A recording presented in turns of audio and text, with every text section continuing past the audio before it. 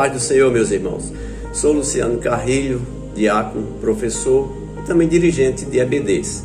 E é com alegria e satisfação que estou aqui para compartilhar algo muito especial com vocês. Hoje vamos fazer um esboço da segunda lição da CPAD, que tem como título Imagens Bíblicas da Igreja. Lembrando, meus irmãos, que o tema deste primeiro trimestre de 2024 é o corpo de Cristo, origem, natureza e vocação da igreja no mundo, que promete ser bastante enriquecedor. Também, queridos irmãos, não se esqueça de mostrar seu apoio ao nosso canal, deixando seu like, compartilhando este conteúdo e, é claro, se inscrevendo também em nosso canal para não perder as próximas lições. E para você que é professor, temos uma ótima ferramenta, que são os slides desta lição, que estão disponíveis aí nos comentários, logo abaixo, em PDF, que você pode usar livremente em sua sala de aula. Muito obrigado por estarem aqui conosco e que esta lição possa trazer novas descobertas e inspirações para todos nós. Texto áureo. Mas vós sois a geração eleita, o sacerdócio real, a nação santa, o povo adquirido, para que anuncieis as virtudes daquele que vos chamou das trevas para a sua maravilhosa luz.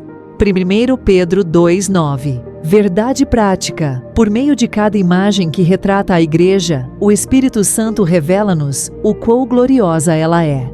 Leitura bíblica em classe. Efésios 5:25-32. 1 Pedro 2:9, 10. Efésios 5:25. Vós, maridos, amai vossa mulher, como também Cristo amou a igreja e a si mesmo se entregou por ela. 26. Para a santificar, purificando-a com a lavagem da água, pela palavra. 27. Para apresentar a si mesmo, igreja gloriosa, sem mácula, nem ruga, nem coisa semelhante, mas santa e irrepreensível. 28. Assim devem os maridos amar a sua própria mulher, como a seu próprio corpo. Quem ama a sua mulher, ama-se a si mesmo. 29. Porque nunca ninguém aborreceu a sua própria carne, antes a alimenta e sustenta, como também o Senhor? Igreja. 30. Porque somos membros do seu corpo, por isso deixará o homem seu pai e sua mãe, e se unirá à sua mulher, e serão dois numa carne. 32. Grande é este mistério, digo-o, porém, a respeito de Cristo e da Igreja. 1 Pedro 2:9 e 10:9. Mas vós sois a geração eleita, o sacerdócio real, a nação santa, o povo adquirido, para que anuncieis as virtudes daquele que vos chamou das trevas para a sua maravilhosa luz. 10. Vós que em outro tempo não éreis povo, mas agora sois povo de Deus, que não tinhais alcançado misericórdia, mas agora alcançastes misericórdia. Introdução. A Igreja de Jesus Cristo é retratada por uma série de imagens por meio das páginas do Novo Testamento. Cada uma delas revela um determinado aspecto da Igreja de Jesus Cristo. Assim, podemos contemplar imagens ou figuras que retratam o relacionamento, que descrevem a função ou mostram de que forma a Igreja é a habitação de Deus. Por isso, nesta lição, estudaremos as principais imagens bíblicas a respeito da Igreja de Cristo, que comunicam o relacionamento, a função e a habitação dessa instituição criada por Deus. Queridos irmãos, adentraremos agora nos pontos da lição. Primeiro ponto, imagens que descrevem um relacionamento. A noiva de Cristo. Como podemos explicar essa passagem? A Bíblia retrata, meus irmãos, a igreja como uma virgem pura, conforme nós podemos ver em 2 Coríntios, capítulo 11 e o versículo 2. O mesmo zelo que Deus tem por vocês, eu também tenho, porque vocês são como uma virgem pura, que eu prometi dar em casamento somente a um homem, que é Cristo. Onde a palavra grega parthenos enfatiza a pureza e a castidade. Esta imagem, meus irmãos, ela ressalta a expectativa de fidelidade e também de dedicação entre a igreja e Cristo. Assim como a noiva se prepara amorosamente para o casamento, mantendo-se pura e dedicada, A igreja ela é chamada a se dedicar a Cristo, cultivando um relacionamento pautado na pureza e na santidade. Em nossos dias, meus irmãos, isso se traduz no compromisso contínuo dos crentes em viver segundo os ensinamentos de Cristo, mantendo-se fiéis em meio a um mundo que está repleto de desafios, de tentações. A esposa de Cristo. O apóstolo Paulo, ele expande essa imagem descrevendo a igreja como a esposa de Cristo. Vamos fazer uma leitura em Efésios 5, 25 e 26. Marido, ame a sua esposa, assim como Cristo amou a igreja e deu a sua vida por ela. Ele fez isso para dedicar a igreja a Deus, lavando-a com água e purificando-a com a sua palavra. Aqui, meus irmãos, nesse texto lido, a ênfase recai sobre o amor sacrificial e cuidadoso de Cristo pela sua igreja. Este relacionamento ele não é frio ou meramente obrigatório, mas é um relacionamento, meus irmãos, de amor profundo, de entrega, de sacrifício. Cristo, ele ama a sua igreja a ponto de dar a sua vida por ela. E esse amor é o modelo para todos os relacionamentos conjugais cristãos. Nos dias atuais, isso nos lembra que o amor verdadeiro em um casamento, ele deve espelhar o amor de Cristo. Um amor que se sacrifica, que cuida e que coloca as necessidades do outro acima das suas próprias. Rebanho de Deus. Paulo, meus irmãos, ele usa a metáfora do rebanho para descrever a igreja. Vamos fazer uma leitura em Atos 20 e 28. Cuidem de vocês mesmos e de todo o rebanho que o Espírito Santo entregou aos seus cuidados, como pastores da igreja de Deus, que ele comprou por meio do sangue do seu próprio Filho. Também vamos fazer uma leitura em 1 Pedro 5, do verso 2 ao verso 3. Aconselho que cuidem bem do rebanho que Deus lhes deu e façam isso de boa vontade, como Deus quer, e não de má vontade. Não façam o seu trabalho para ganhar dinheiro, mas com o verdadeiro desejo de servir. Não procurem dominar os que foram entregues aos cuidados de vocês, mas sejam um exemplo para o rebanho. Essa imagem, ela reflete a relação entre o pastor e as suas ovelhas, enfatizando a proteção, o cuidado e também a orientação. A igreja do Senhor é o rebanho precioso. Esse rebanho, meus irmãos, ele foi adquirido não por valores financeiros, mas pelo sangue derramado de Cristo naquela cruz do Calvário. Para os líderes cristãos de hoje, isso implica uma responsabilidade enorme de pastorear com integridade, amor e também dar exemplo. Sempre lembrando, meus irmãos, que cada membro da congregação é valioso aos olhos de Deus. Trazendo aqui, meus irmãos, uma conclusão desse ponto e subtópicos, as imagens de noiva de Cristo, esposa de Cristo e rebanho de Deus oferecem profundas lições sobre o relacionamento da igreja com Cristo e, por extensão, sobre nossos relacionamentos pessoais e comunitários. Ela nos chama a um compromisso de pureza, amor sacrificial e cuidado pastoral, refletindo a essência do relacionamento que Deus deseja ter com cada um de nós. Nossa resposta a essas imagens deve ser de entrega, fidelidade e amor, nos espelhando no amor incondicional de Cristo por sua igreja, em todas as suas áreas, em todas as áreas da nossa vida. Amém? Segundo ponto da lição, imagens que descrevem função. Esse tema, queridos irmãos, imagem que descrevem função, no contexto bíblico cristão, é profundamente rico e multifacetado. Ou seja, refletindo a complexidade e a beleza da relação entre Deus e o seu povo. Vamos aqui fazer um pequeno esboço sobre esse assunto, onde vamos apresentar e explorar através dessas metáforas apresentadas pelo escritor. Geração eleita, sacerdócio real, nação santa e povo adquirido. Geração eleita. Essa metáfora da geração eleita, meus irmãos, ela ilustra a unidade e diversidade do corpo de Cristo. Vamos ler Efésios 2, verso 14 ao verso 18 para termos um melhor entendimento. Pois foi Cristo quem nos trouxe a paz, tornando os judeus e os não-judeus um só povo. Por meio do sacrifício do seu corpo, ele derrubou o muro de inimizade que separava os judeus dos não-judeus. Ele acabou com a lei, juntamente com os seus mandamentos e regulamentos, e dos dois povos formou um só povo, novo e unido com ele. Foi assim que ele trouxe a paz. Pela sua morte na cruz, Cristo destruiu a inimizade que havia entre os dois povos. Por meio da cruz, ele os uniu em um só corpo e os levou de volta para Deus. Assim Cristo veio e anunciou a todos a boa notícia de paz, tanto a vocês, os não-judeus, que estavam longe de Deus, como aos judeus, que estavam perto dele. É por meio de Cristo que todos nós, judeus e não-judeus, podemos ir, pelo poder de um só Espírito, até a presença do Pai.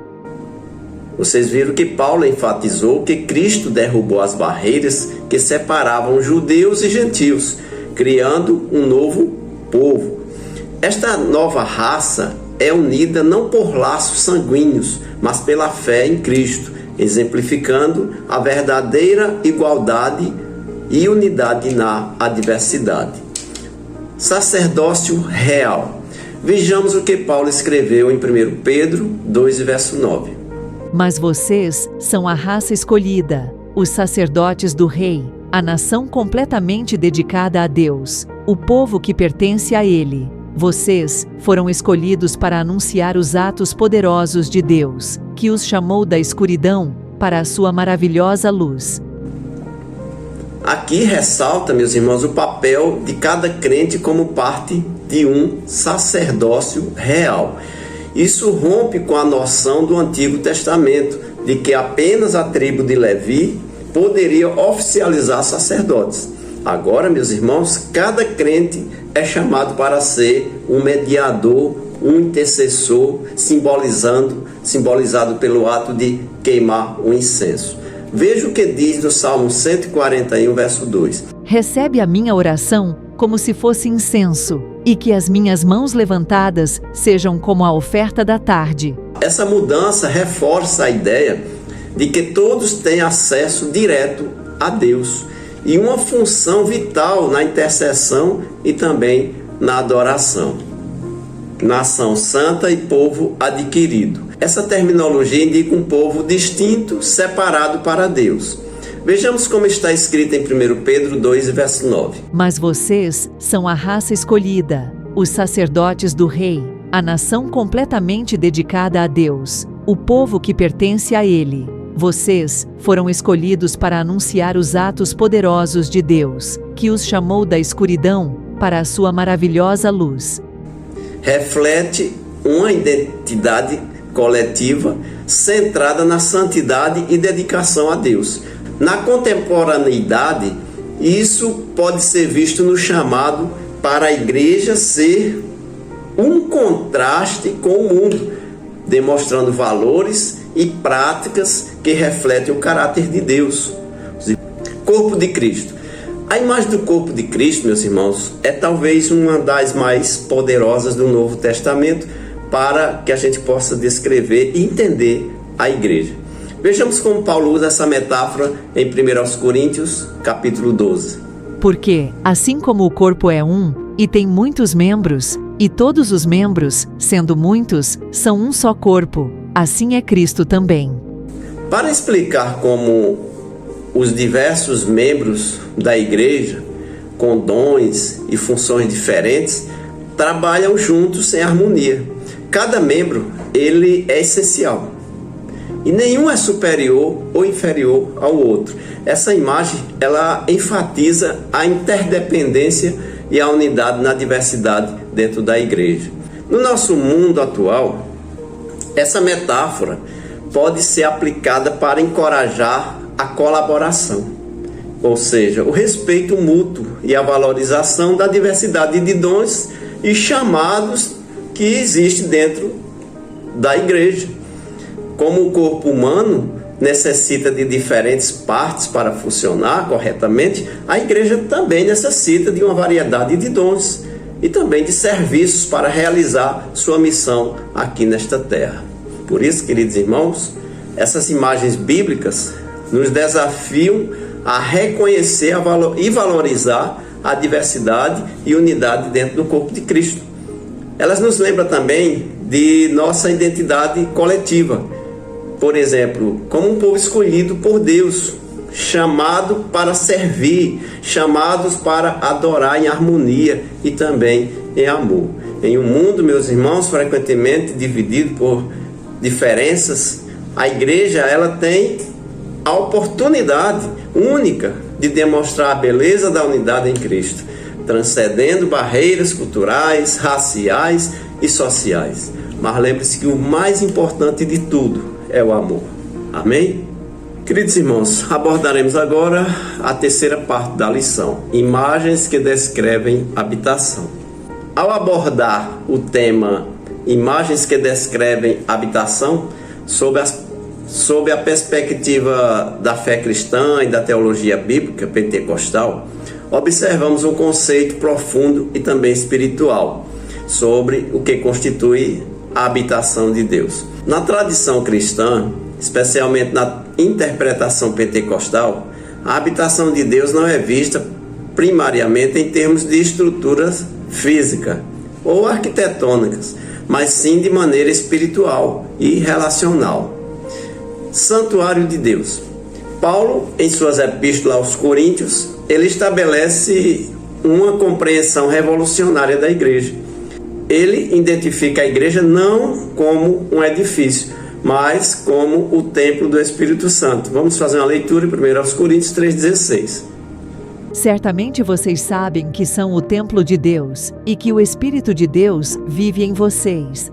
Isso implica, meus irmãos, que cada crente, individualmente, é um templo do Espírito Santo, conforme podemos ler 1 Coríntios 6,19. Será que vocês não sabem que o corpo de vocês é o templo do Espírito Santo, que vive em vocês e lhes foi dado por Deus? Vocês não pertencem a vocês mesmos, mas a Deus.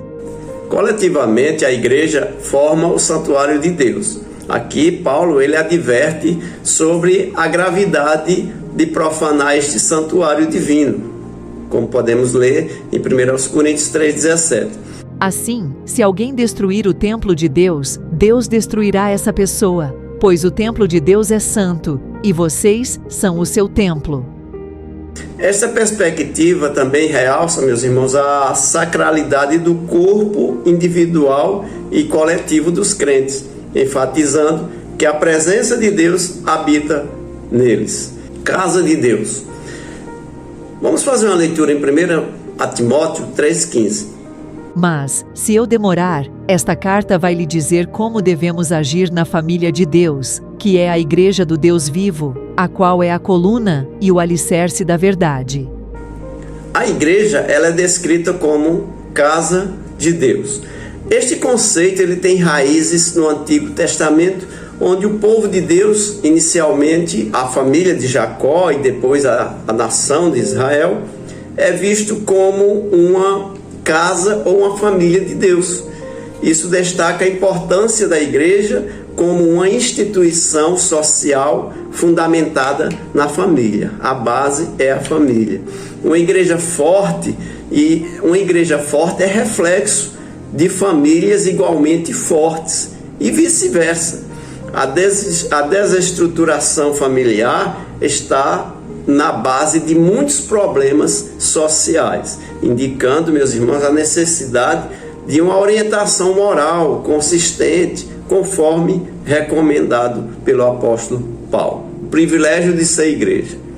Refletindo sobre esses conceitos, chegamos a perceber três aspectos fundamentais da igreja de Cristo. Primeiro, ela é composta por salvos que se relacionam com Deus, formando assim o seu rebanho. Segundo, esses salvos, eles exercem uma função sacerdotal no mundo, representando Deus diante das pessoas. E terceiro, a igreja é uma instituição onde Deus habita e vive. Ser parte da Igreja de Cristo é, portanto, um privilégio muito grande, meus irmãos. Nos dias atuais, essa compreensão bíblica da habitação de Deus, ela desafia os cristãos a reconhecerem a presença divina em suas vidas e nas comunidades de fé. A igreja não é apenas um local onde a gente se reúne religiosamente, mas um espaço vivo onde o Espírito Santo opera ativamente. Os cristãos, eles são chamados, meus irmãos, a viver de maneira que honre este templo vivo, promovendo relações saudáveis, fortalecendo as famílias e contribuindo também para o bem-estar social. Em essência, ser igreja, meus irmãos, significa ser um reflexo visível do amor e da presença de Deus no mundo. Que Deus em Cristo os abençoe. Amém. Queridos irmãos, chegamos ao final de mais uma lição. Se foi bênção para você, não se esqueça, meus irmãos, de deixar seu like, compartilhar e se inscrever no canal EBD Inteligência Artificial a serviço do Reino de Deus. Fiquem todos com a paz do Senhor Jesus e até a próxima.